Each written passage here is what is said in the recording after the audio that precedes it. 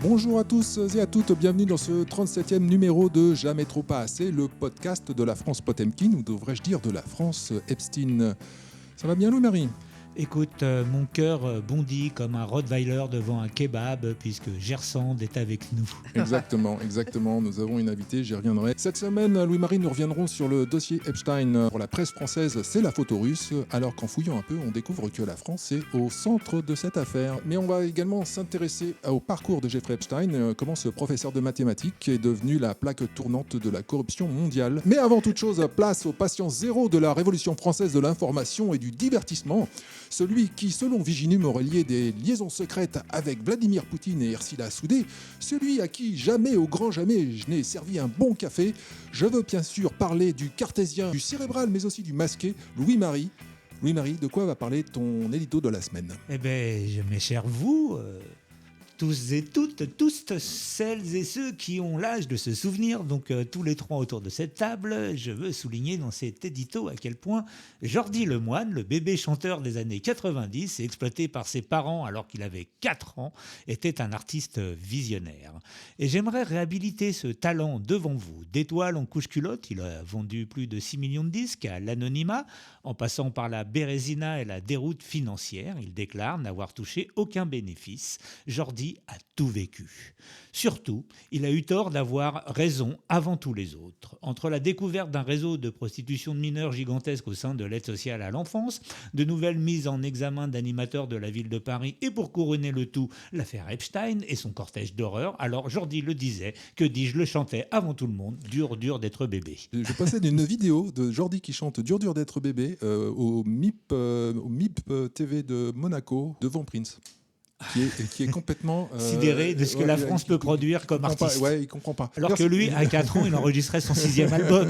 Je veux dire. Merci Louis-Marie. On va passer tout de suite à notre dossier du jour, l'affaire Epstein. Moi, j'ai testé la presse. Oui. Elle est pourrie. Oui, mais ça, c'est pas nouveau. C'était pas la peine de faire un test pour ça, on le sait depuis longtemps.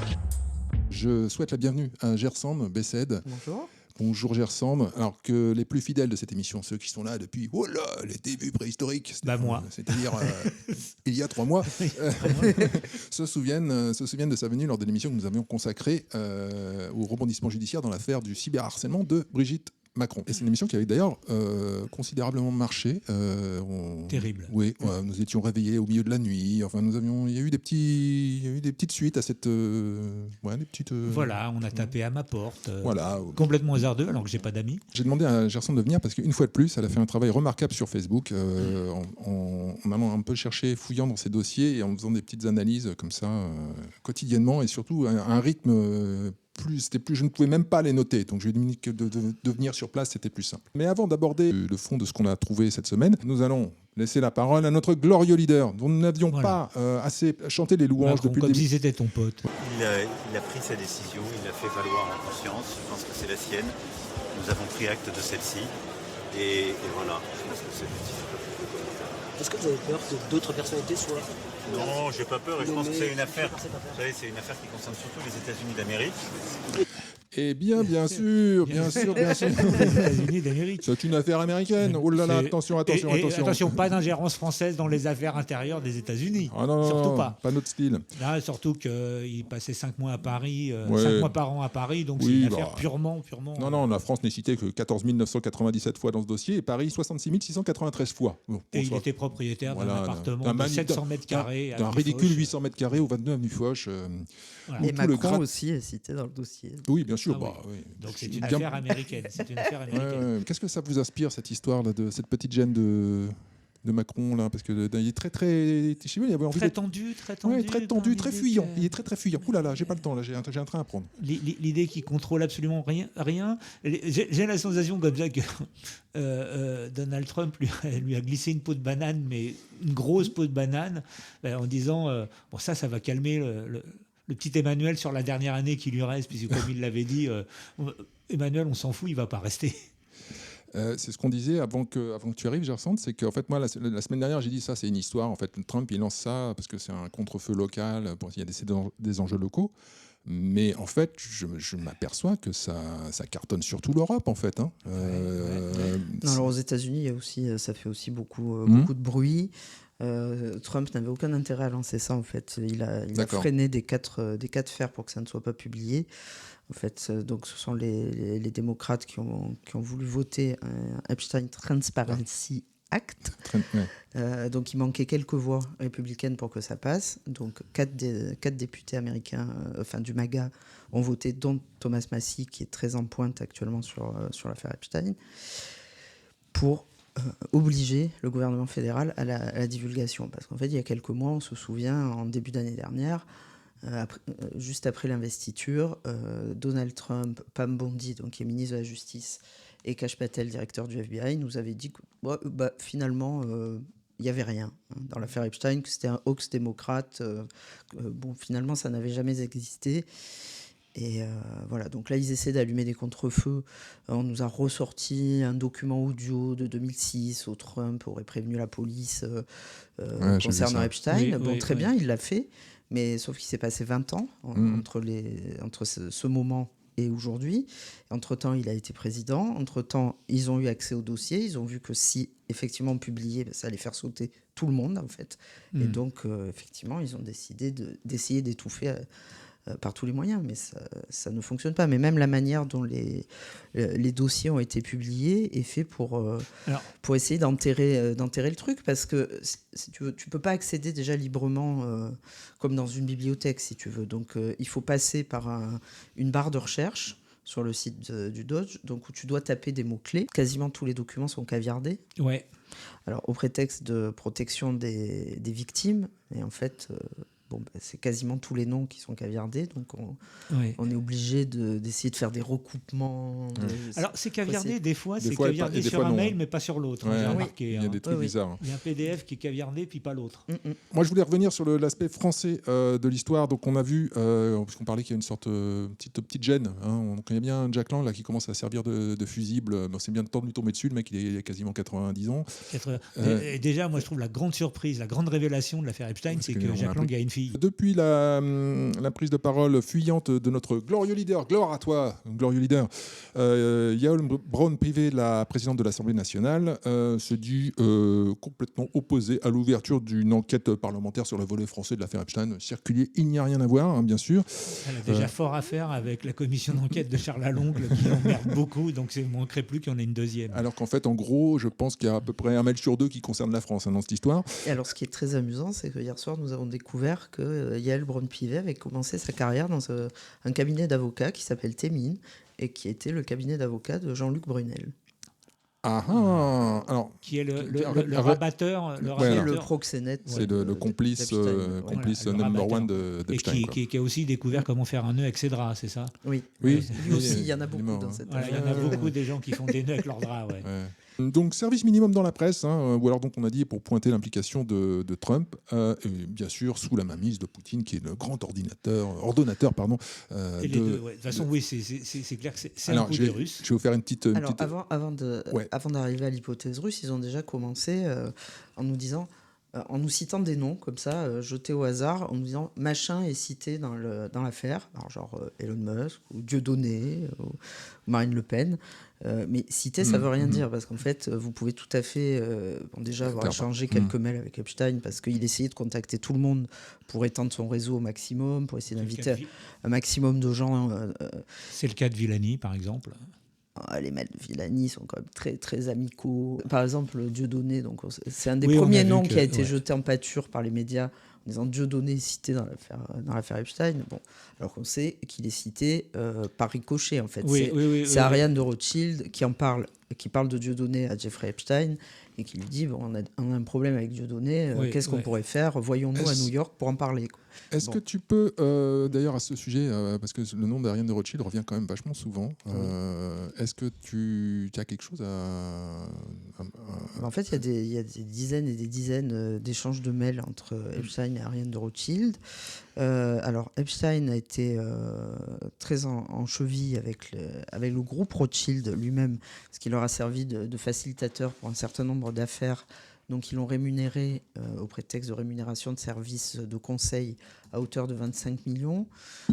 Epstein se présentait notamment auprès de personnes comme Peter Thiel comme l'homme des Rothschild.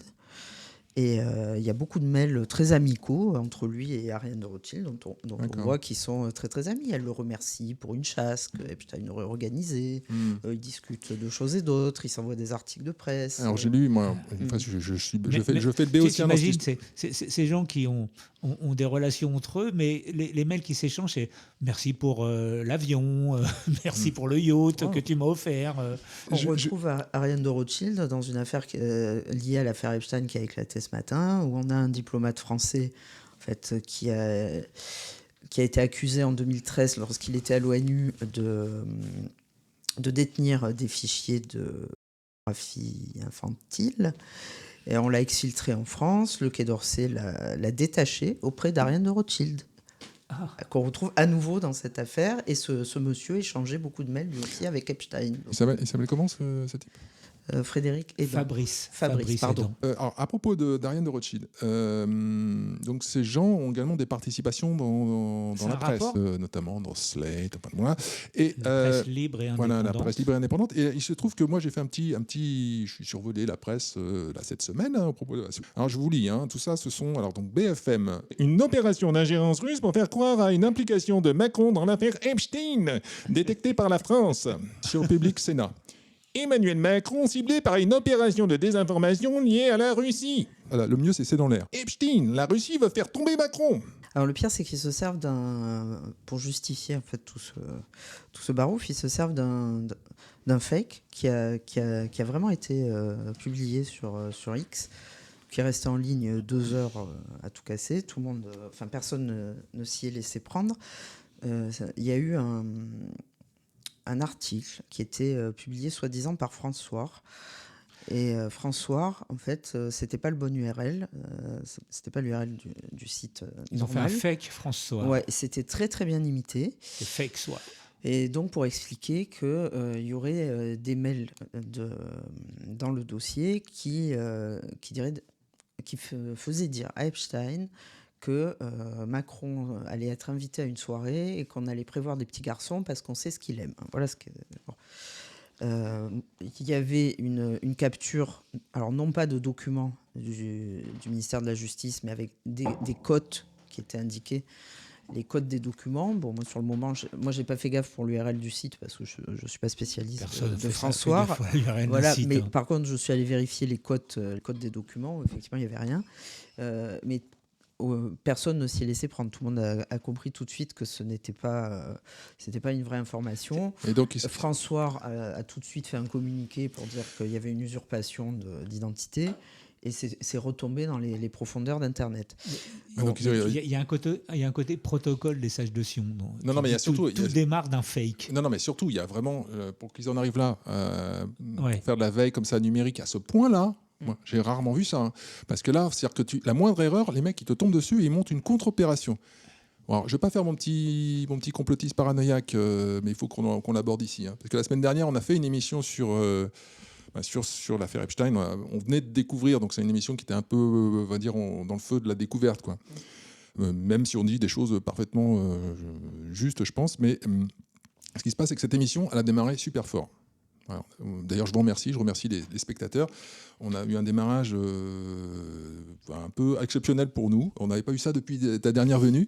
Donc ça a monté tranquillement et de plus en plus fort, jeudi, vendredi, samedi. On allait avoisiner les 600 vues par heure, ce qui est vraiment beaucoup pour nous. Et d'un seul coup, dimanche, je t'ai envoyé un message, 0. C'est-à-dire que la courbe est à 0.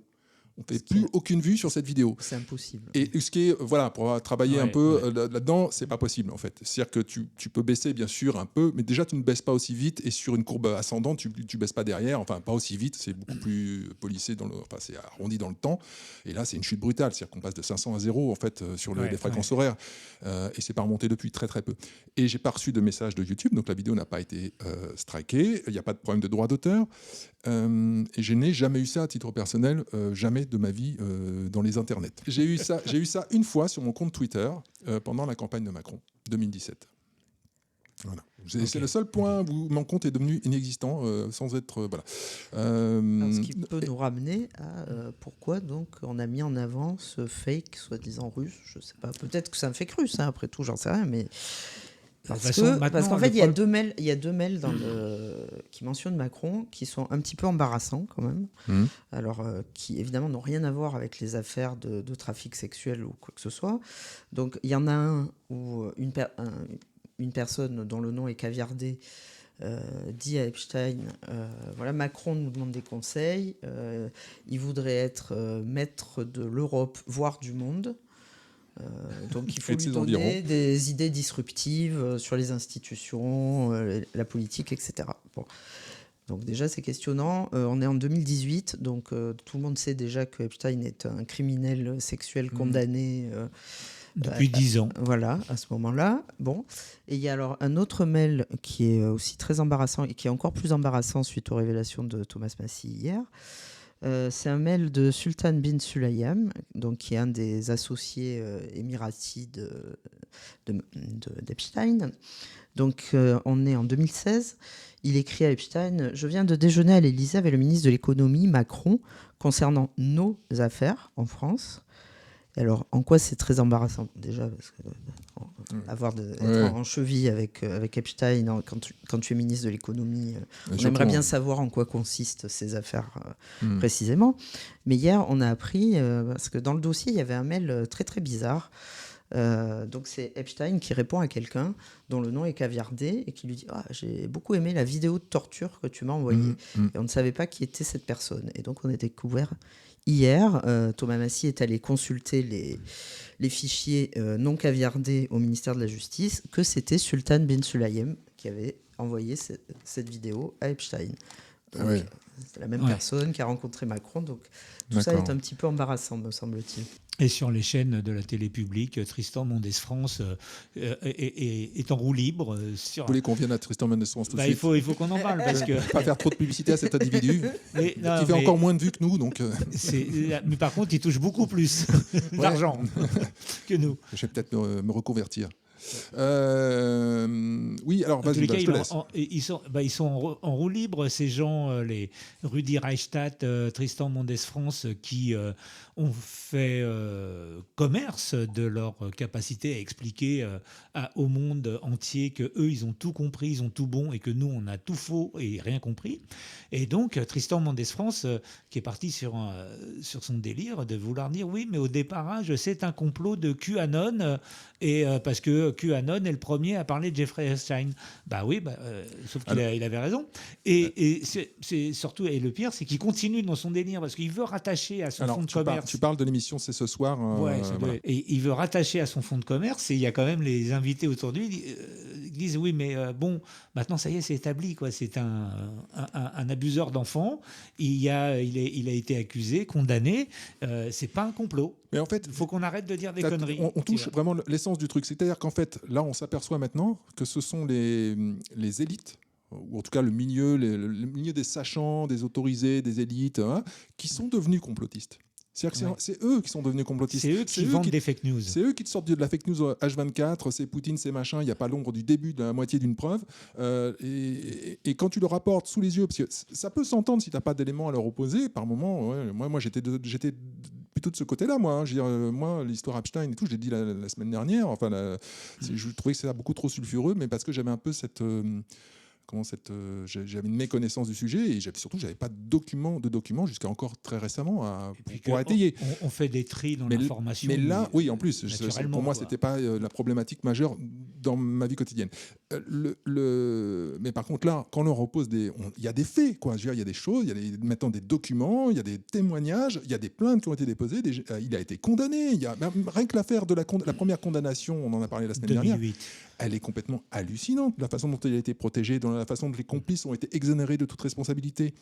Voilà, maintenant, tu regardes 2 secondes, tu vas même sur la version Gmail du truc, tu te dis waouh, mais là, c'est quoi ces photos, ce truc, ce mail? Il y a des choses maintenant. Voilà. Et eux continuent, donc nos fameux débunkers subventionnés, parce que tous ces gens sont subventionnés par des organisations. Par le Fonds Marianne. Par des organismes d'État dans lesquels tu vas peut-être, probablement, alors je vais peut-être faire du complice, je ne sais pas, mais où tu vas peut-être retrouver des intérêts justement liés à des gens impliqués eux-mêmes dans ces fameux mails. Donc voilà, ces gens-là, ils te disent quand tu leur montres les pièces, ah oui mais non, mais c'est du délire, c'est Quanon, c'est machin, c'est-à-dire qu'ils changent pas de logiciel. Bah ouais, en fait, ils sont, c'est comme pour l'histoire du Covid, tu t'entêtes dans une erreur. C'est un biais d'investissement. Voilà, tu peux pas revenir en arrière parce qu'en fait, tu peux pas admettre que tu as eu tort parce qu'en fait, c'est toute ton identité qui est dévalorisée, qui part en miettes. Et on assiste à ça, là, actuellement. Alors, dans la presse, on va dire, là, c'est ridicule parce que les unes, je te dis, c'est fait par ChatGPT, c'est pas possible, quoi. Je peux pas imaginer qu'il y ait un journaliste derrière qui ponde ce truc, quoi. Mais Tristan Van Espen, c'est un bel exercice parce qu'on l'a vu exploser en vol. Ah oui, là sur l'émission, il va passer l'extrait parce que c'est et ce qui est intéressant, au-delà de sa prestation à lui, parce que lui, on va dire, c'est presque normal sa réaction, par rapport à son mindset, c'est les journalistes en face. Tu vois, qui disent, les deux femmes qui disent oui, moi, j'ai pas parlé de ça parce que j'avais peur qu'on me traite de complotiste. Parce qu'il y a ça aussi, il y a l'autocensure. C'est-à-dire qu'à un moment, tu te dis, bon, si je parle de ça, bon, là, on va peut-être me fermer des portes, on va me traiter, on va me dire, je suis conspi, je suis d'extrême droite, je suis machin. Donc en fait, il y a plein de sujets, on ferme la porte, tout simplement. On ne veut même pas l'ouvrir. Et là, le problème, c'est que la réalité est en train de défoncer la porte. Là. Ouais, oui, là, ils se prennent le truc.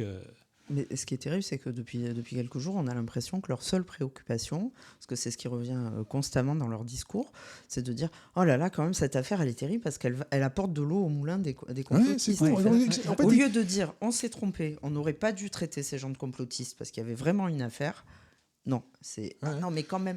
Et puis ça va. C'est fou. Hein. Oui, c'est ce que dit Mendes Ça va France, alimenter le ressentiment anti-élite. Toujours pareil, le contenant est plus important que le contenu en France. Oui, ça va contribuer à affaiblir et amoindrir la confiance du peuple en ses dirigeants. Ah bah oui, tu m'étonnes. C'est ça m'étonnes, oui, quand tu vois ce qu'il y a dans l'affaire, oui. Et de là à dire, et ils sont à deux doigts de dire, c'est la preuve que la transparence, c'est pas bien pour la démocratie. Vite le DSA, vite une loi contre les réseaux, vite on interdit TikTok aux moins de 15 ans, aux moins de 14, non moins de 14, et on a interdit aux profs de théâtre. Au moins de 100, ce sera plus tranquille. À ce sujet, je vais te passer l'avis éclairé d'un expert des réseaux sociaux et de la liberté d'expression sur les réseaux sociaux et de l'anonymat surtout. Cet expert s'appelle Jack Lang. On l'écoute tout de suite. Moi, je souhaite qu'en France même, on adopte des règles en matière de réseau et en matière de Twitter et consorts pour d'abord abolir l'anonymat. C'est inadmissible que des gens puissent dénoncer, conspuer, calomnier sans signer leur délation. Je souhaite aussi qu'on crée une sorte de conseil du pluralisme qui veillerait à l'honnêteté de l'information. Voilà. C'était quand ça Écoute, vu son physique, je dirais que... c'est dur à dater avec lui, ceci dit.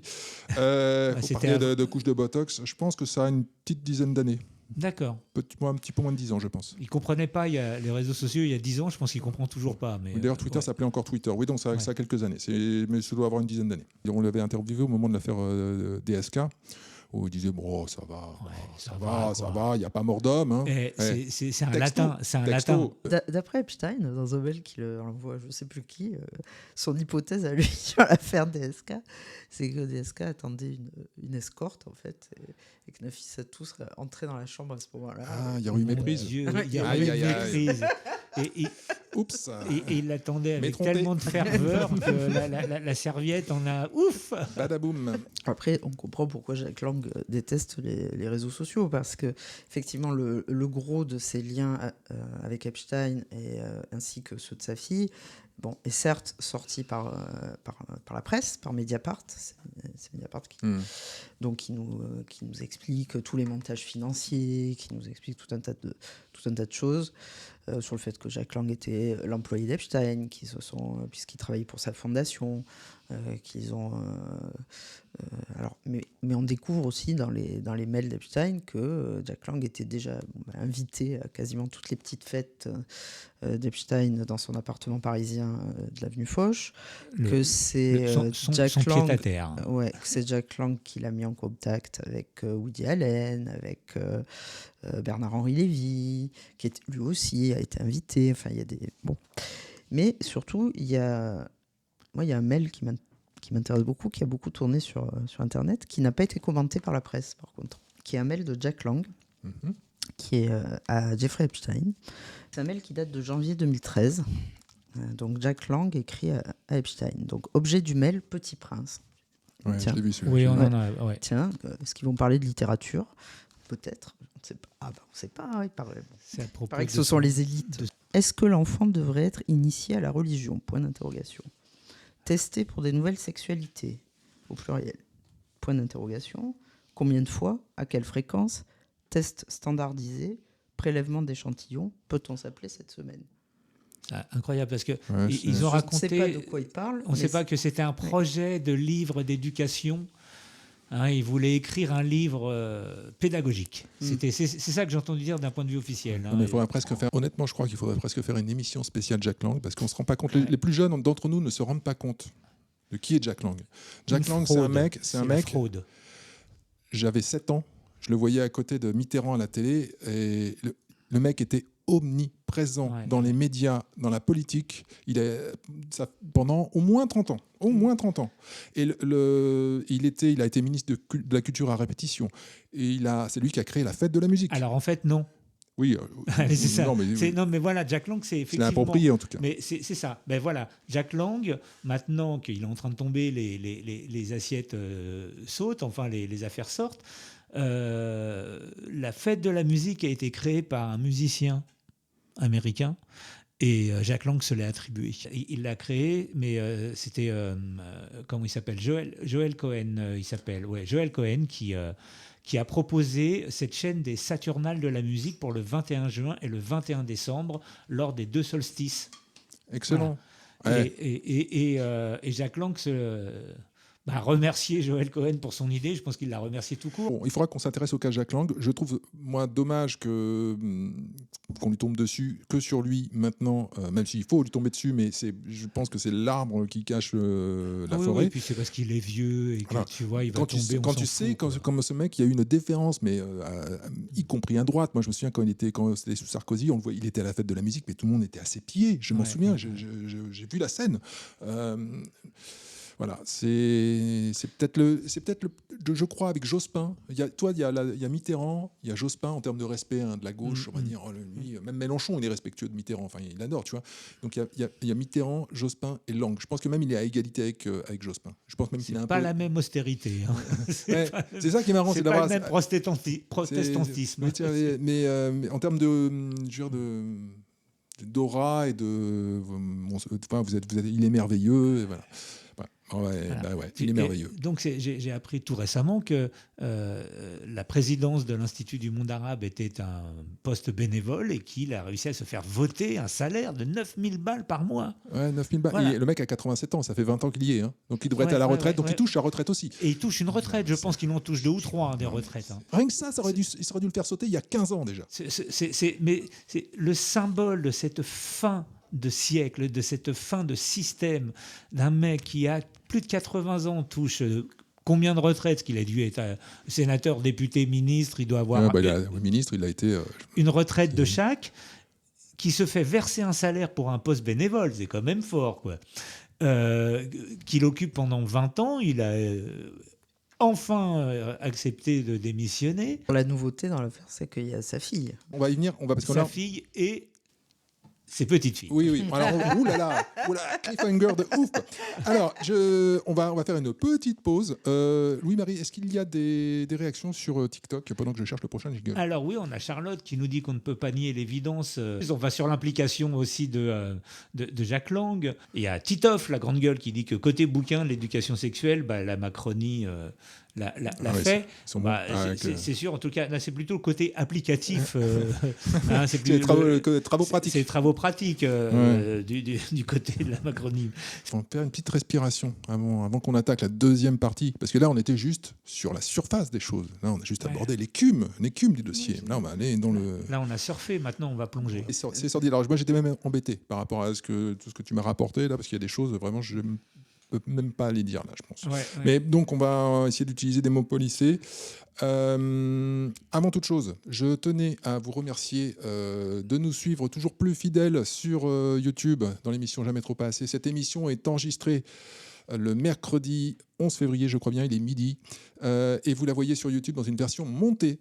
Voilà. Mais si vous voulez voir la version live avec nos erreurs, nos commentaires, les interactions avec les spectateurs, eh bien, il faut vous abonner à notre compte TikTok Jamais Podcast. Si vous aimez cette émission, alors que vous soyez sur TikTok ou sur YouTube, je vous invite évidemment à la partager. Il faut la partager parce qu'on n'a pas assez de partage. Envoie le jingle, partagez.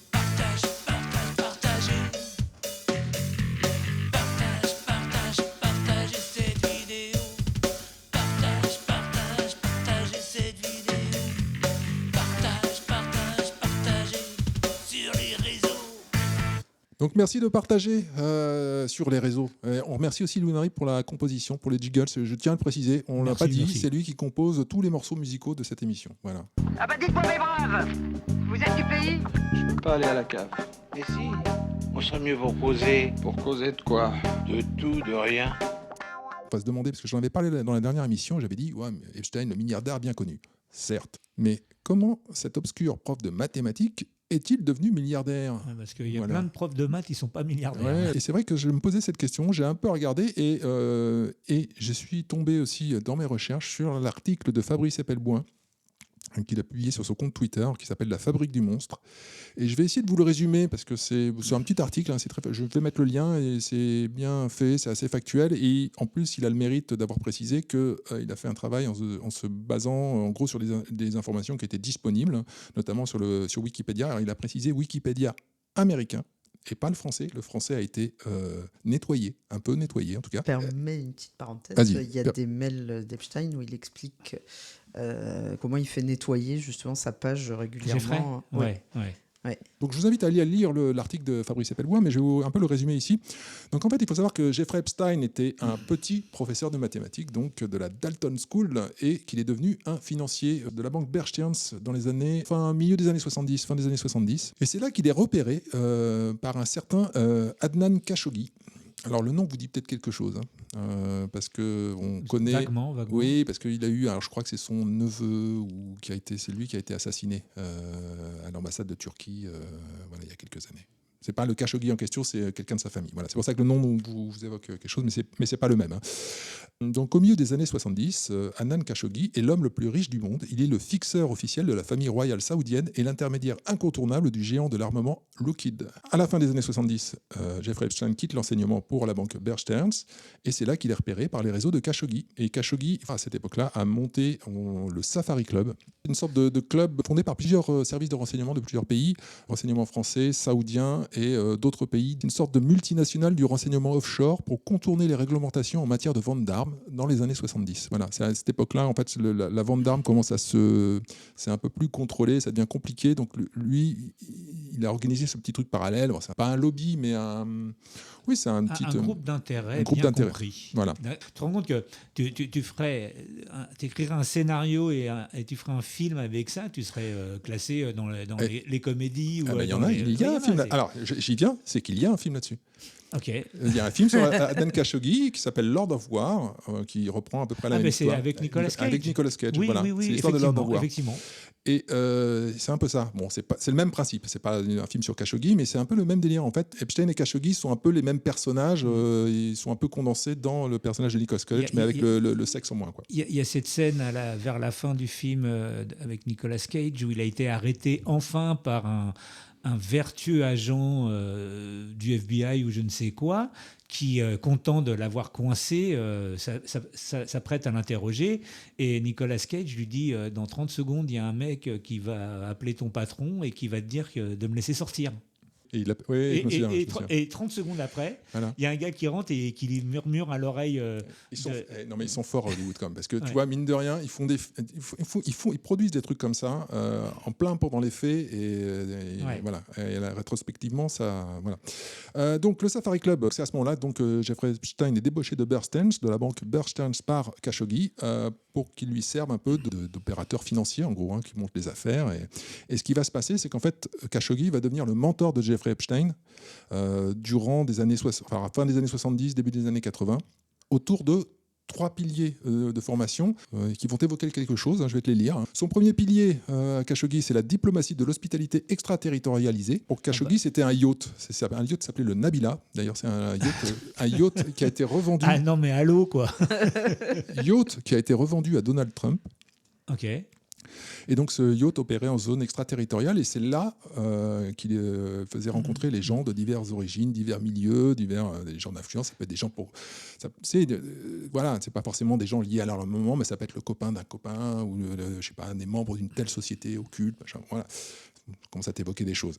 Donc surtout, c'est hors de vue, hors de contrôle. À l'époque, il n'y avait pas encore trop les satellites, les machins, les trucs. Donc, comme c'est en dehors des eaux territoriales, voilà. On est tranquille. Ouais. Deuxième pilier.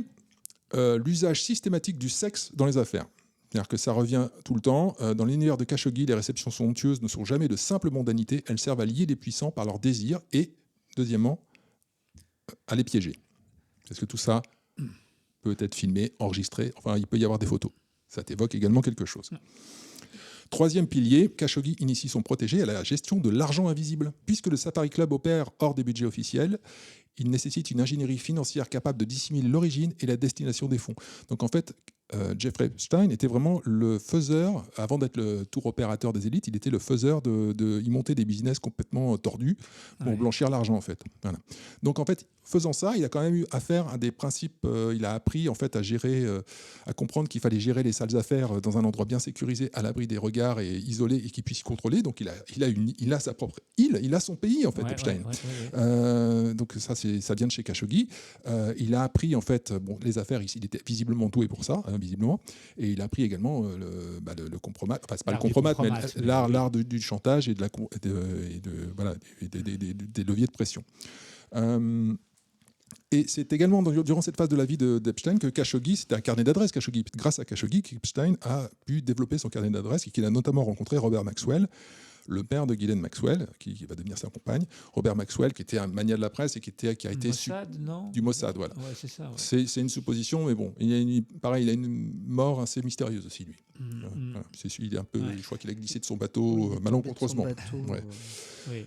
Et il y avait un requin qui l'attendait juste en bas. Voilà. Khashoggi, au début des années 80, va commencer à lui-même à avoir des problèmes judiciaires avec l'Iran Gate et des choses comme ça. Epstein va progressivement prendre sa place en fait. Je reprends en gros l'article de Fabrice Epelboin.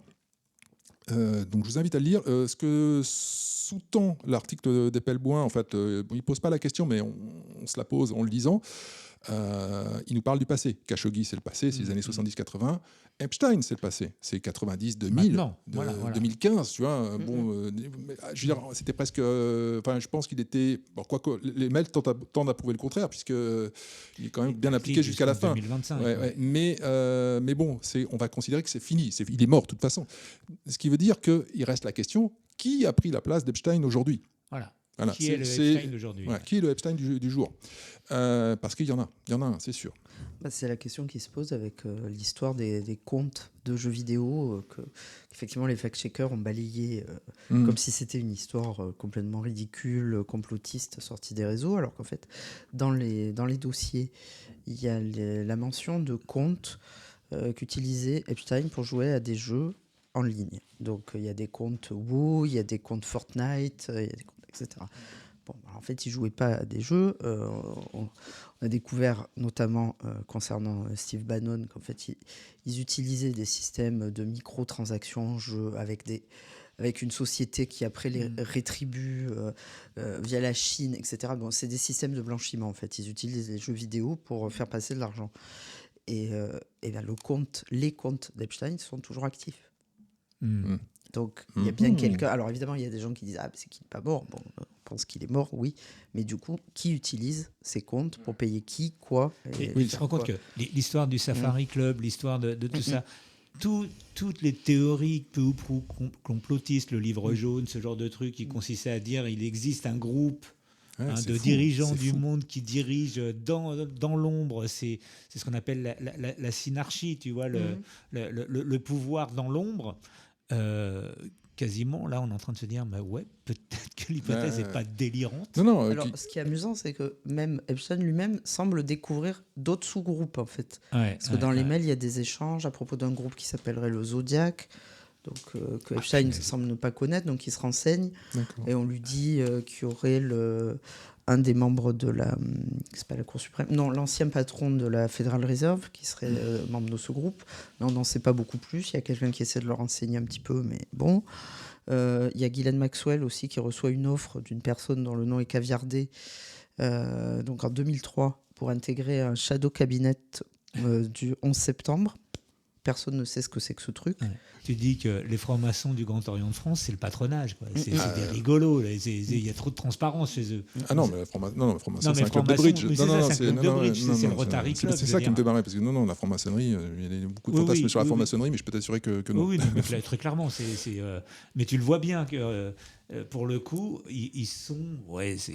si complot il y a, il n'est pas au niveau des francs-maçons, et que manifestement, on voit qu'il y a des clubs... Mais c'est David Graeber qui l'a théorisé, il parle du communisme des riches. Il dit s'il y a des gens qui sont bien organisés, ce sont les riches. Il y a une phrase de Warren Buffett, il y a une lutte des classes et on l'a gagnée, quoi. Ça me fait penser à une théorie complotiste. Enfin, moi, j'ai pensé être une théorie complotiste pendant des années.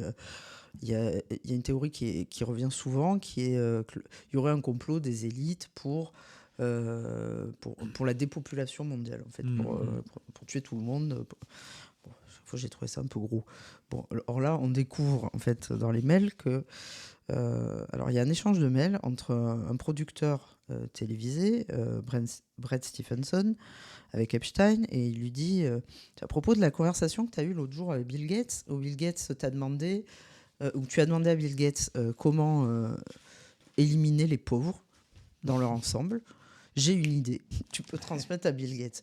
Donc on découvre que ces gens, en fait, ils discutent des populations en buvant des daiquiris et en se faisant des petites douceurs lutter par des jeunes filles de 13 ans. En discutant de ça moyens... remet un peu certaines théories. Oui, non, mais moi c'est ça, moi c'est un peu la claque de ce truc-là. Moi je suis pas du tout là-dedans. Et, oui. Tu sais, tu appliques un mode de pensée. Enfin, c'est le rasoir d'Occam. Donc le rasoir d'Occam consiste entre deux théories, tu privilégies celle qui a le moins d'hypothèses, celle qui ne nécessite pas d'ajouter des hypothèses pour la rendre vraie. Donc tu vois, c'est l'idée de, l'homme n'a pas été sur la Lune, alors pourquoi ? Ils ont filmé, pourquoi ? Pour mentir, pourquoi ? Et si tu dois sans cesse répondre, rajouter un pourquoi, c'est qu'il y a un problème. Mais là, et au bout d'un moment, tu n'as plus beaucoup de pourquoi à rajouter quand tu lis les dossiers d'Epstein, quoi, parce qu'effectivement, ils en parlent. Il ne s'agit pas d'éradiquer la pauvreté, il s'agit d'éradiquer les pauvres. Ce n'est pas tout à fait la même chose. C'est bien poor people, pas poverty. Voilà. Alors justement, puisqu'on va un petit peu aborder les mails, on a parlé dans la première partie que la France était très très légère par rapport à ces révélations, c'est le moins qu'on puisse dire. On voit que c'est pas le cas dans d'autres pays, qu'en Norvège, en Suède et en Angleterre, ça commence à faire des dégâts. Tu démissionnes quand tu as acheté une boîte de chocolat avec la carte bleue du ministère. Alors là, tu m'étonnes qu'ils sont pas rigolos. Alors que chez nous, sincèrement. Alors qu'on apprend sur le site de la BBC que Lord Mandelson a offert de l'aide à Jeffrey Epstein pour obtenir un visa russe dont le pédophile comptait se servir pour rencontrer des jeunes femmes à Moscou. D'autres emails laissent à penser que les voyages ont été annulés car il n'a pas pu obtenir ce visa russe. Donc ce Lord Mandelson, qui était ministre sous Blair et sous Brown, a démissionné de la Chambre des Lords. La vraie raison de la démission de Mandelson, c'est parce qu'on s'est rendu compte qu'il a de très très nombreux échanges de mails avec Epstein, qui lui a transmis des informations confidentielles, donc des choses qu'il a apprises lors de briefings secrets, etc. Puisque Mandelson venait d'être nommé ambassadeur. Mandelson était un des anciens conseillers de Tony Blair. Et donc, à l'époque, il donnait des informations à Epstein, en fait. Donc, des informations confidentielles. Donc, c'est pour ça, en fait, qu'il a été démissionné. Donc, qui ont permis à Epstein de réaliser des délits d'initié, en fait. D'accord. Une chose est sûre, c'est que si l'ambassade de Russie a refusé un visa, là, c'est vraiment un coup des Russes. Joli. Mandelson transmettait aussi des informations sur la monétaire, sur l'euro quand il était commissaire européen. Donc à Epstein aussi, pour qu'il puisse spéculer sur l'euro. Oui, donc il était ok. Alors, et en plus, il y a quelques photos, effectivement, de Mandelson en slip avec des jeunes femmes. C'est marrant. Ah oui, il y a ça aussi. Oui. Ah là, on ne me dit pas tout. Arrêtez donc de vous promener en slip devant mon appareil photo. Alors, c'est un post de Mike Benz sur X, donc donc c'est un document. On est d'accord que c'est un document du justice.gouv, hein, donc du site de justice américain. Donc c'est Jeffrey Epstein qui enseigne à Ehud Barak, qui est encore ministre de la Défense israélien, comment gagner des millions de dollars dans le secteur privé en dressant d'abord une liste de personnes qui lui doivent des faveurs au cours de ces 40 dernières années de service gouvernemental. Donc bon, là, on a la méthode. C'est vraiment ce que je vous ai expliqué tout à l'heure, hein. Epstein dit ensuite à Ehud Barak de contacter Peter Thiel. Donc Peter Thiel, tu me dis, c'est le PDG de Palantir. Le PDG de Palantir, oui. Je savais bien que ça me disait Et c'est lui qui a fait des déclarations récentes. Oui, sur on n'a plus besoin de gens. Voilà. C'est un mec qui est. Emmanuel Todd, on parle beaucoup. Le Ouais. mec est bien allumé. Tu vois, vous trouvez Elon Musk un Ouais. peu barré. Peter oui. Thiel, il est au-dessus. He said that he really wanted you to make this list of this person owes me a favor, this person owes me his life, this person owes me his job.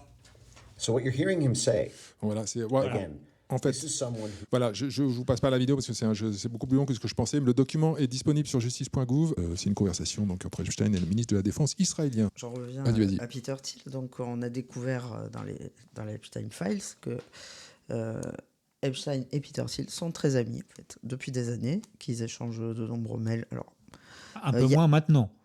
Ils sont un peu moins amis. Oui. Ils sont en froid, on va dire. Oui, alors là, pour le coup, il n'y a pas d'histoire de trafic sexuel ou de je ne sais quoi, c'est vraiment du business. Et donc, Thiel et Epstein ont monté ensemble un joint venture qui s'appelle Valar Venture. Donc, c'est un fonds spéculatif, un fonds de placement de 1 milliard d'euros. Peter Thiel, donc, dans les mails Epstein aussi, lors de conversations. Donc, tu en parlais, Louis-Marie, il y a un instant, mais il tient aussi des propos tout à fait bienveillants pour l'humanité, du genre qu'il faut supprimer le droit de vote aux pauvres, aux handicapés, aux malades. Par ailleurs, Peter Thiel les tient quasiment en public, ses propos. Oui, hein, bien sûr. Ce mec il n'y a pas de scoop là-dessus. Il n'y a pas de scoop là-dessus. Hein. Mais donc voilà, c'est effectivement quelqu'un avec qui on a envie d'être entre l'un et l'autre. Voilà. Voilà, mais on voit qu'ils sont très amis. Epstein lui dit ouais, viens sur mon lit, on va le discuter. Alors, je lui dis non, mais t'inquiète, mais je repasserai à New York après. Enfin bon. Viens sur mon île, ça pourrait être le tube de Voilà, l'été. et Thiel est vexé comme un pou, que tout ça soit sorti. Et pour l'instant, on refuse absolument de répondre aux questions des journalistes. Moi, j'ai repéré 2-3 choses. Qu'est-ce qui vous a le plus marqué dans les documents parce que là, je vous montre un peu tout ce qu'on a en. Voilà, j'en ai. Ça, c'est tout ce que le travail que Gerson a fait. Voilà, il y en a. Beaucoup. Voilà. Ouais, non, mais on a 12 pages. Hein. Il y a vraiment de tout. Alors, donc, attends, par exemple, là, moi, je vois, tiens. Mandelson, on en a parlé. Colomb, on en a parlé ou pas? Non, Colomb, on n'en a pas parlé. Ah, ben voilà, France. On va revenir en France. Il y a plusieurs Colomb. Donc, il y a une chaîne de mails entre Epstein et Colomb, ancien conseiller diplomatique de Sarkozy, parlant de White Sharks, un langage codé pour parler de jeunes femmes sur l'île. Epstein répond à Colomb que les jeunes filles, c'est comme les crevettes, on jette la tête et on ne garde que le corps. Voilà, c'est Colomb sans B, c'est pas Gérard. Hein. On a découvert depuis hier soir que ce monsieur est le nouveau conseiller. L'ancien conseiller diplo de Sarkozy et qui est maintenant conseiller Afrique pour Marine Le Pen. Voilà. Et donc le RN qui a débranché un candidat au municipal parce qu'il avait fait le constat qu'il y avait trop de... Enfin, il y avait trop... Non, il n'y a pas le constat, il y avait beaucoup de naissances dont les prénoms étaient étrangers. Donc voilà, le RN qui se cherche une respectabilité. Une virginité. En ayant finalement les mêmes pourris que les autres. On va pas parler de la Russie, on va parler de l'Ukraine. Celui-là, il est bien, celui-là. Échange SMS entre Larry Summers et Jeffrey Epstein, sur la nécessité d'armer l'Ukraine. Summers dit connaître personnellement ceux qui ont financé l'ascension politique de Zelensky. Epstein est sceptique sur les qualités politiques du bonhomme. Ouvrez le guillemets. C'est un acteur qui peut bien faire le guignol devant les électeurs, mais il faudrait voir qu'il ne joue pas au clown devant nos investisseurs. Apparemment, il sait bien jauger les gens.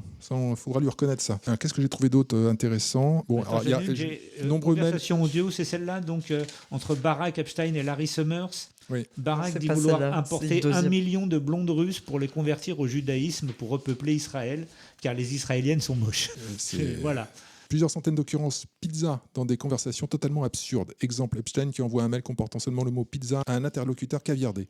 Ou un caviardé qui lui envoie une photo titulée Pizza Monster à Epstein. Il répond, elle a l'air enceinte. L'autre répond, vous vouliez dire rayonner, une lueur douce avec un regard de bonheur. Oui, c'est ça, de la pizza.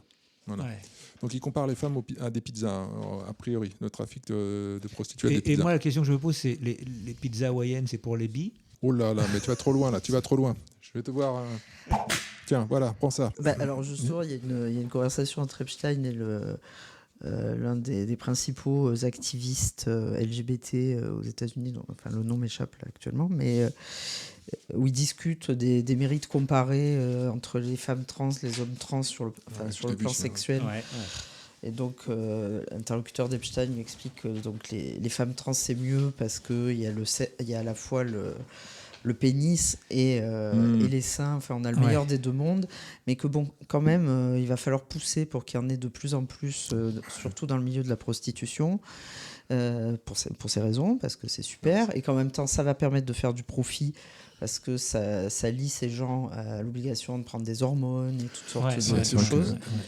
Et que ce serait bien de pousser quand même au maximum de transition, et ce, dès l'âge de 3 ans. Quand tu mets ça en parallèle avec tout le battage médiatique, le bazar, la cérémonie des JO et tout, tu dis mais waouh. Oui. Et tu te dis que Dora Muto et Marguerite Stern dans Transmania n'ont fait que effleurer le sujet, quoi. Et elles se sont pris un shitstorm d'anthologie, rien que pour ça, quoi. Là, on s'égare. Rumors and conjectures. Mais... Alors moi j'en ai une, mais je tiens parce que hier, comme moi hier soir, moi j'étais pas à courir la gueuse, j'écoutais Élise Lucet. Qui se gargarisait qui exprimait sa fierté, vous allez voir où je vais en venir, sa fierté d'avoir une carte de journaliste. Ouais. Et alors, moi, j'apprends que Ghislaine Maxwell, elle a une carte de journaliste. Elle a une carte de presse allemande, alors qu'elle n'a jamais été journaliste de près ou de loin. Son père possédait les médias, c'est plus simple pour avoir une carte. Donc, carte de journaliste, je dirais à chère Élise Lucet, n'importe quel tolard de pas en avoir une, quoi. À parté sur Ghislaine Maxwell, qui est vraiment un personnage qui m'intéresse beaucoup dans cette histoire, et de ce que j'ai cru comprendre, en fait, de ce que j'ai lu. Elle était une femme parmi d'autres. Hein. Oui, elle était très amoureuse de lui. Oui. Lui, on s'en est servi. Comme d'autres, c'est un asset pour lui. Il la qualifiait de ma préférée, quoi. Oui, mais la préférée du harem. Et en fait, je pense qu'elle était c'était la disciple du gourou et qui lui a rangé ses bidons. Mais je pense qu'elle était sincèrement amoureuse de lui. Lui l'a utilisé. Oui, c'était le 5 à 7. Ouais. Très bon. Alors j'en ai un là. J'ai un mail. Alors c'est pas un mail, ça. C'est d'où on le sait ça. Epstein a commandé 1248 litres d'acide sulfurique pour son île en 2018. Il y a le bon de commande, tout simplement. D'accord. Le jour où l'instruction judiciaire contre lui est ouverte. Je vous les mets où?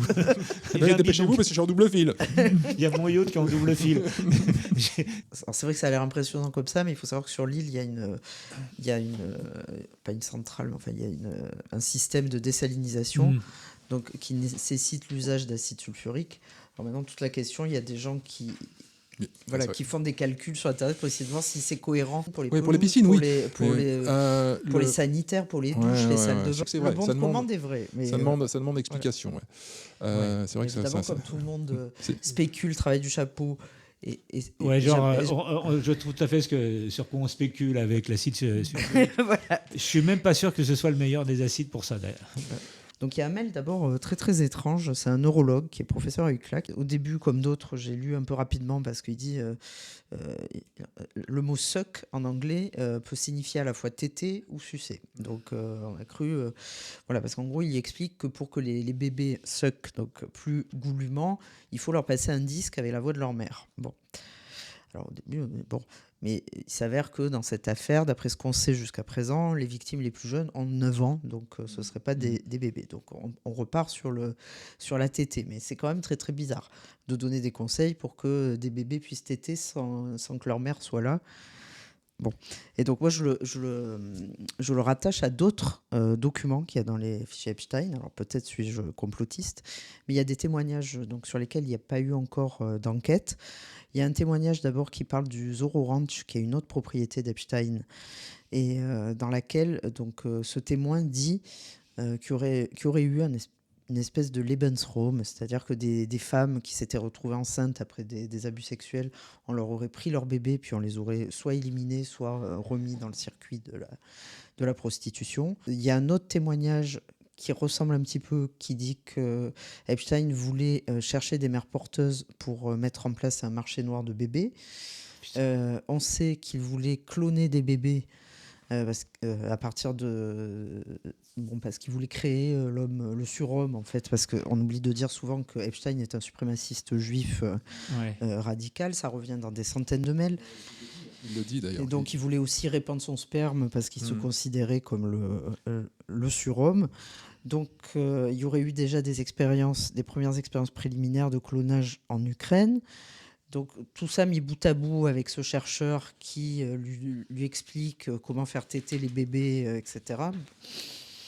Il y avait vraiment des choses pas très très nettes qui commençaient à s'organiser. Tu te rends compte que tu fais une saison de True Detective avec ça. Je veux dire, le truc de malade, quoi. Tu dis qu'il y a des fermes humaines. Peut-être. Tu vois, c'est peut-être ça. Mais tout ce qui apparaît, c'est tu fais une saison de True Detective et c'est l'épisode, c'est la meilleure saison, quoi. C'est la plus sordide et la plus glauque. D'un seul coup, nos petits sujets sur LFI à Grenoble, tu vois, c'est... Ça fait tout naze. Moi, et n'oublions pas qu'il y a encore des gens qui vous disent bon, il n'y a rien dans cette affaire. Il y a des gens qui nous disent non, mais n'oublions pas que c'est QAnon qui au départ en parlait, donc c'est pas bien. Comme je te dis, c'est la phrase qui revient souvent dans cette émission, le contenant est plus important que le contenu. Pas pour nous, mais pour eux, pour les médias, pour les legacy médias.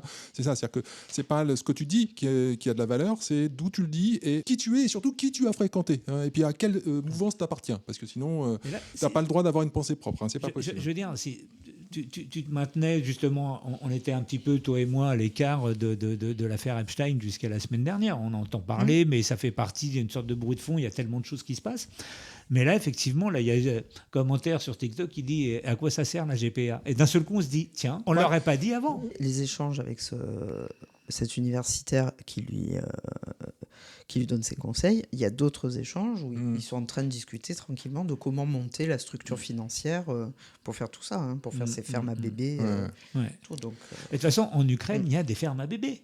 Aussi. Très concrètement, je veux dire, c'est pas les mères porteuses. Si tu veux un enfant, tu vas en Ukraine, tu l'achètes.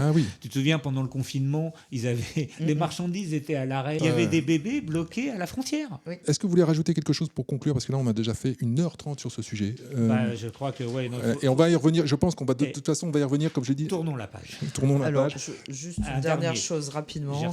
Les choses qu'on a apprises récemment. Donc, il y avait un dossier sur le site du ministère de la Justice qui regroupait en fait les co-conspirateurs d'Epstein. Donc il y a Ghislaine Maxwell, Brunel. Il y avait beaucoup de noms qui étaient caviardés. Donc on a découvert hier qu'il y avait un autre Français qui s'appelle Daniel Siad. Donc il va falloir enquêter à Paris. Coucou, soi-disant, il n'y a rien à Paris. Bon. Et donc le PDG de Victoria's Secret aussi est considéré comme co-conspirateur. C'est une marque de lingerie, c'est ça ? Oui. C'est pas genre tu connais pas. Oui. Voilà. Et il y a aussi depuis hier le secrétaire au commerce de Trump qui est dans la sauce parce que il y a quelques mois. Lorsque Trump nous annonçait fièrement qu'il n'y avait rien dans le dossier, que c'était un hoax, à un moment donné, lors d'une conférence de presse, donc Howard Lutnick, qui est derrière lui, se marre et rit aux éclats au moment où Trump dit ça. On a découvert en fait qu'il avait beaucoup d'échanges avec Epstein, qu'il est allé plusieurs fois sur l'île, dont une fois avec ses propres enfants. Donc, qui fait ça, d'aller sur une île sur une île où il y a un PO criminel condamné avec ses enfants. Bon, cela dit, Caroline Lang a fait un peu la même. Il y a des mails où elle dit à Epstein, tu veux pas emmener les filles à Marrakech Epstein dit oui. Voilà. Et alors, c'est d'ailleurs ta théorie là-dessus. Est-ce que tu veux partager ta théorie Attention. Alors, peut-être. Attention, théorie. Alors, c'est hautement spéculatif. Instant complotiste. L'instant complotiste. L'instant complot. Non, je l'ai fait à la bouche. Bon, en lisant les échanges en fait entre Caroline Lang et Epstein, je n'ai pu m'empêcher de penser qu'il y avait quand même une certaine forme d'intimité, donc qui me laisse à penser qu'elle a dû être une d'Epstein. On ne sait pas qui est le père de ses enfants. Ok. Donc en plus, l'idée de les confier potentiellement à leur père pour aller quelques jours en vacances serait déjà un peu plus... Oui, ça rentrerait, ça ferait des hypothèses en moins quant à l'explication, je dirais. Bon, mais si c'était vrai, ça voudrait dire que Jack Lang serait le... Bon, je ne sais pas, ce n'est que ma théorie. Bon, alors je ne sais pas comment j'ai passé ça au montage, mais ça va passer au montage. Je ne sais pas comment ça va le faire, mais... Tu es un vrai professionnel. Moi, je ne travaille qu'avec des professionnels. Je travaille sans filet. Ouais. Sans filet, vous avez pu le constater, je travaille sans filet. Bon, eh bien, merci à vous... À vous deux, on est trois, à vous deux, voilà, ça va, jusque-là ça va, je sens qu'il est bientôt l'heure de manger. On reviendra sur cette affaire dès qu'on aura des nouvelles pièces, c'est-à-dire d'ici 1 heure ou 2. On se retrouve pour le top des bonnes nouvelles, c'est parti.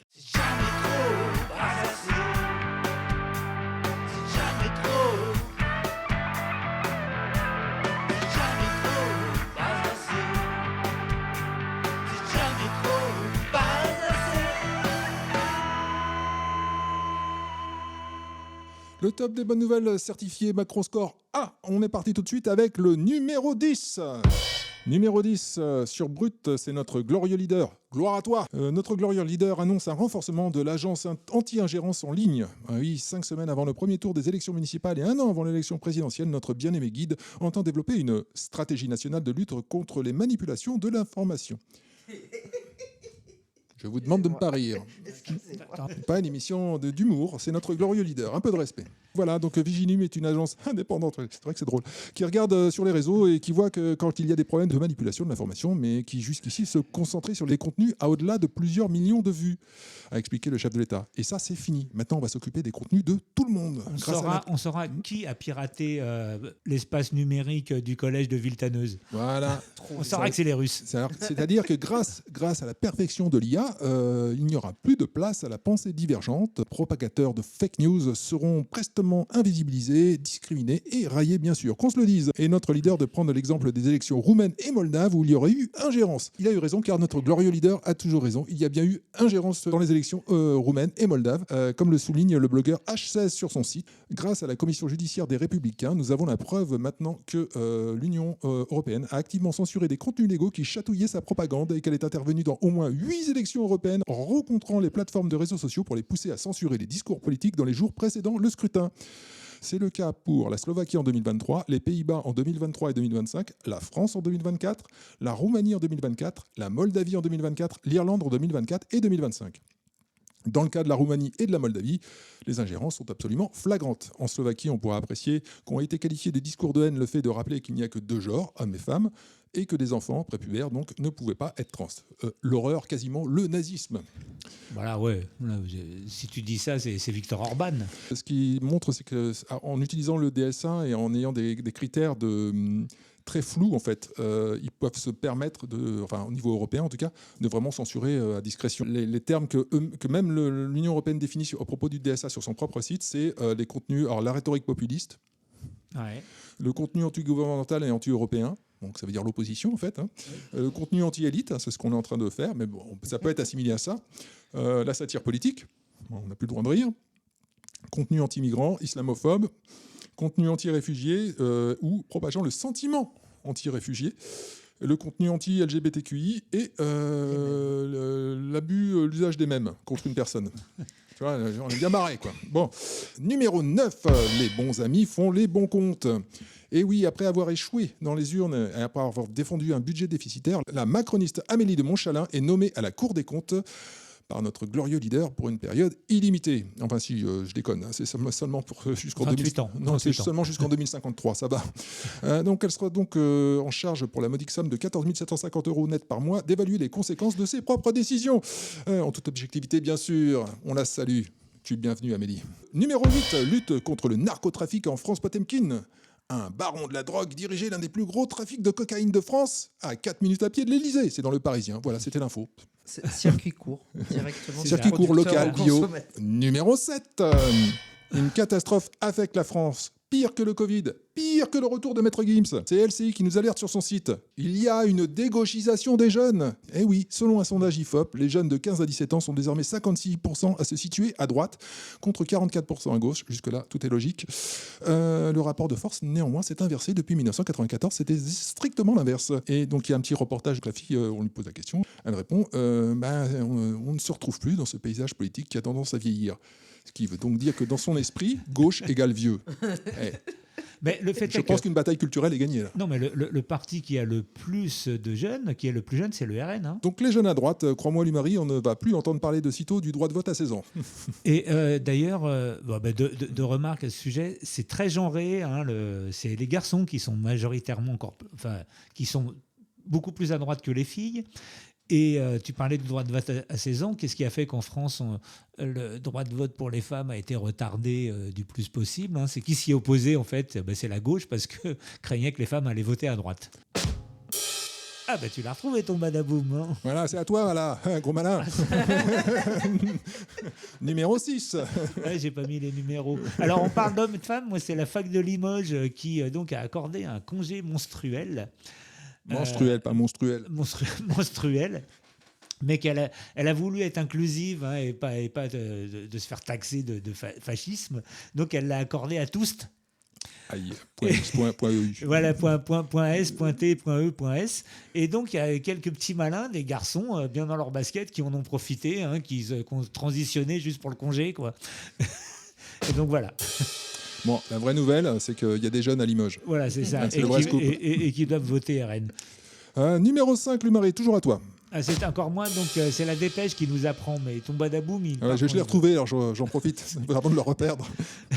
Il y a la dépêche qui nous apprend qu'il y a un avocat qui a confondu un camp de gitans avec un club libertin et qui a fait des propositions à des mineurs. Je crois qu'on n'a pas retrouvé l'avocat. Je veux le reportage. Numéro 4. Alors, c'est en Hongrie, tu sais qu'il y a des antifas qui ont un drôle de jeu, c'est de s'amuser à s'attaquer à un fa pour le faire tomber au sol, la blague est bonne, à coup de marteau. Donc ça, la blague est nettement moins bonne, si possible par derrière, parce que des fois qu'ils se défendent. Et alors là, la Hongrie, on a arrêté un, alors qui semble être l'ami d'une députée, une eurodéputée italienne qui est très, très antifa. Elle, donc, échappe à la condamnation, mais lui, par contre, il s'est pris 8 ans de prison, comme il semble être un peu transaimé, tu vois. Je pense que 8 ans de prison en Hongrie, il risque d'avoir le temps de choisir de quel bord de la grille il se porte. Merci Louis-Marie, merci, excuse-moi, badaboum. Donc, numéro 3.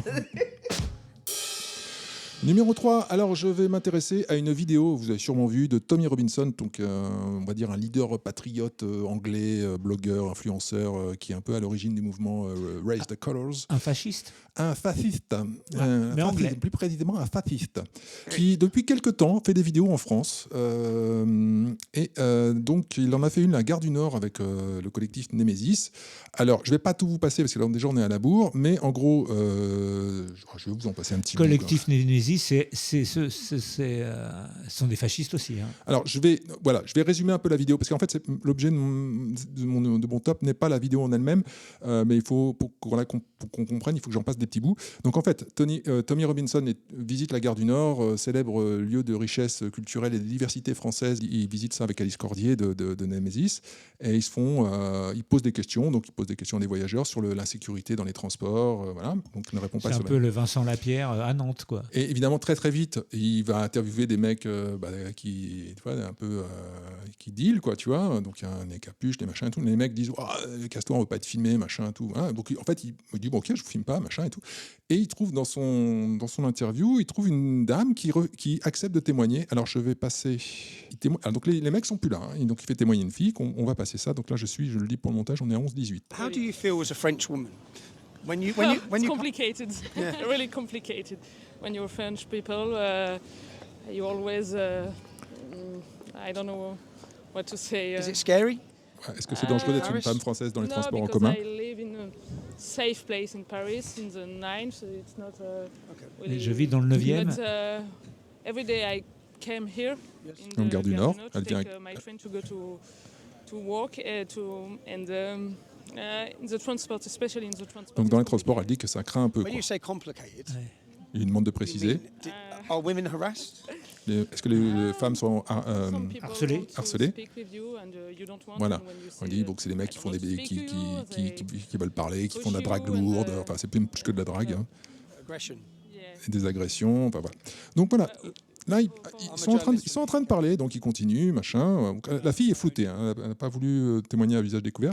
Et là, en fait, les mecs qui l'ont repoussé tout à l'heure vont revenir emmerder Tommy Robinson, en fait. Et là, ils vont carrément se mettre à plusieurs à le molester, à l'insulter. En fait, ils reprochent à Tommy Robinson d'avoir interviewé la fille.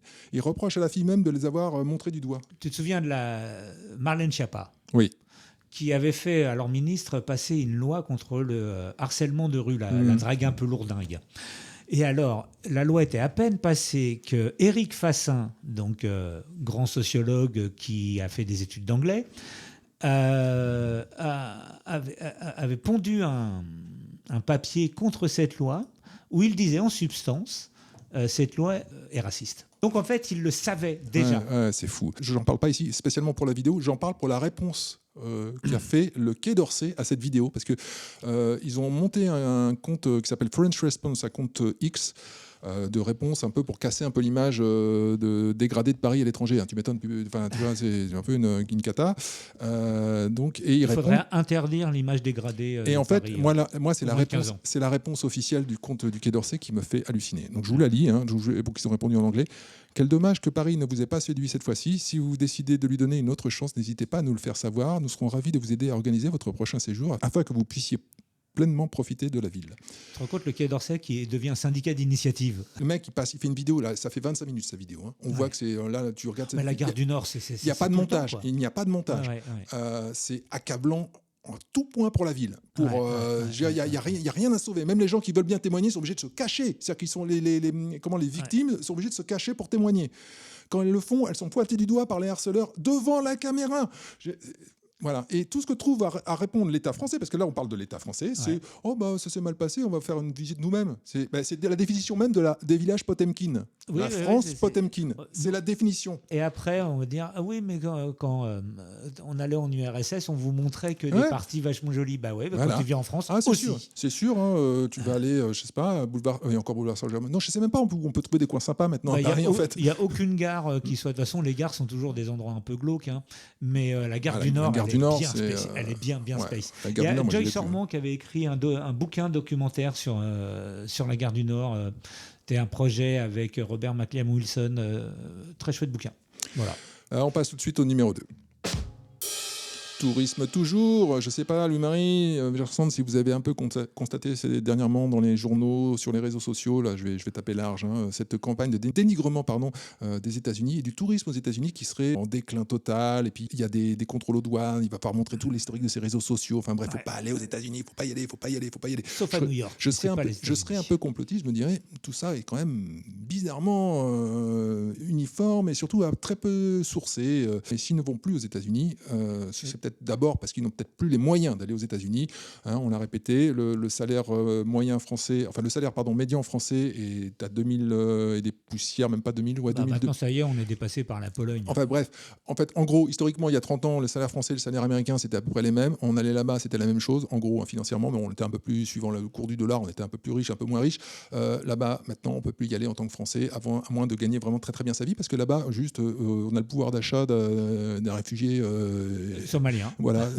Donc en fait, c'est pas une question d'idéologie, c'est juste une question que on est pauvre. Voilà, la France est pauvre, les Français s'appauvrissent. Voilà, c'est pas Trump qui est méchant, c'est les Français qui s'appauvrissent. Voilà, c'est ce que la presse essaye de ne pas vous dire. D'ailleurs, ça n'exclut pas, on peut s'appauvrir et Trump peut être méchant. D'autant plus, voilà, oui, tout à fait. Tu filmes bien, on va encore m'accuser d'être un suppôt de Trump. Ouais, moi je trouve que j'ai pas du tout envie d'être un suppôt de Trump. Tu ne trumpes personne. Moi, je le dis, tu ne vas trumper personne. C'est merveilleux. Mais trêve de Trump. Il faut revenir aux vraies valeurs de la France de la France Potemkin. Et il faut donner le prix Nobel de la paix à notre glorieux leader Emmanuel Macron. Ce n'est pas moi qui le dis. Le prix Nobel de la rue de la paix. Ce n'est pas moi qui le dis. C'est une chronique de Julien Damon dans le journal Le Point. Oui, il faut donner le prestigieux prix au président français et ça se défend. Pourquoi, me diras-tu? D'ailleurs, tu me le dis. Parce que Dylan a eu le prix Nobel de la littérature. Non. Bien plus simple que ça, et ça va recouper notre sujet numéro 2. Eh bien, pour Julien Damon du Point, il faut donner le prix Nobel de la paix à notre glorieux leader parce que ça ferait chier Donald Trump. Ok. Je te jure, c'est dans le point. Moi, je pense qu'il faudrait le donner à Zelensky. Tout cela nous amène donc, je ne sais pas trop où, mais on avance dans l'émission. On va faire un petit interlude avec une vidéo de Magali Gio. Alors, c'est une comédienne qui a un spectacle, Magali Gio. Elle a fait une petite balade dans Paris. J'ai bien aimé, elle est rigolote et je vous la passe tout de suite. Tu vois, ils font du compost. Moi, j'aime beaucoup cette philosophie. Pas de poubelle, pas de plastique, pas de pollution visuelle. On met tout directement par terre et on laisse la nature faire son travail. Je trouve ça super. C'est beau, hein? Non, mais si. Vous auriez pas un tampon plutôt? C'est super. On respire, hein. Ça sent un peu le pipi. C'est pas grave. Il fait un temps splendide. C'est joli, Montmartre, hein. C'est joli, les tours Eiffel, là. Hein. Je vais en prendre une pour ma maman. Super. Mon téléphone, je crois qu'on me l'a volé. Oh, c'est pas grave, j'en rachèterai. C'est pas grave, allez. Bah voilà, regarde, remise de 10% sur les téléphones. Et en plus, ils vendent des robes léopard. C'est super, bien.